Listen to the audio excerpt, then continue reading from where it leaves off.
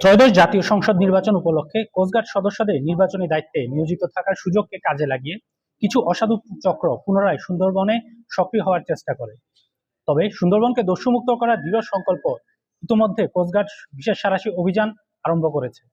এরই ধারাবাহিকতায় গোপন সংবাদের ভিত্তিতে আজ ৩রা মার্চ ২০২৬ তারিখ মঙ্গলবার ভোর ৪টায় coast guard base Mongla, outpost Nalian, station Koyra এবং পুলিশের সমন্বয়ে কয়রা থানাধীন নবায়নপুর এলাকায় একটি বিশেষ যৌথ অভিযান পরিচালনা করা হয়। উক্ত অভিযানে সুন্দরবনের কুখ্যাত ডাকাত বড় জাহাঙ্গীর বাহিনীর সক্রিয় সদস্য আফজাল সর্দারকে আটক করা হয়। পরবর্তীতে প্রাথমিক জিজ্ঞাসাবাদে প্রাপ্ত তথ্যের ভিত্তিতে সকাল 11টায় মোংলা থানাধীন পাশাখালী ফরেস্ট অফিস সংলগ্ন এলাকায় অভিযান পরিচালনা করে একটি শটগান, একটি একনলা বন্দুক, ২১ রাউন্ড তাজা কার্তুজ এবং একটি ওয়াকিটকি সেট উদ্ধার করা হয়। নির্বাচনী পরবর্তী সময়ে কোস্টগার্ডের নেতৃত্বে সুন্দরবনে যৌথ অভিযান শুরু হলে উক্ত ডাকাত সদস্য আতঙ্কিত হয়ে উদ্ধারকৃত অস্ত্র ও গোলাবারুদ উক্ত এলাকায় পুঁতে রেখে কয়রার নারায়ণপুর এলাকায় আত্মগোপন করে বলে জানা যায়। আটককৃত ডাকাত আফজাল সর্দার খুলনা জেলার কয়রা থানার বাসিন্দা।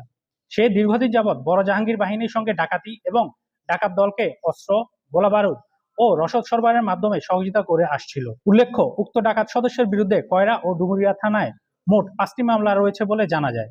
আটককৃত ডাকাত এবং জব্দকৃত অস্ত্র ও গোলাবারুদের পরবর্তী আইনানুগ ব্যবস্থা গ্রহণের কার্যক্রম প্রক্রিয়াধীন রয়েছে।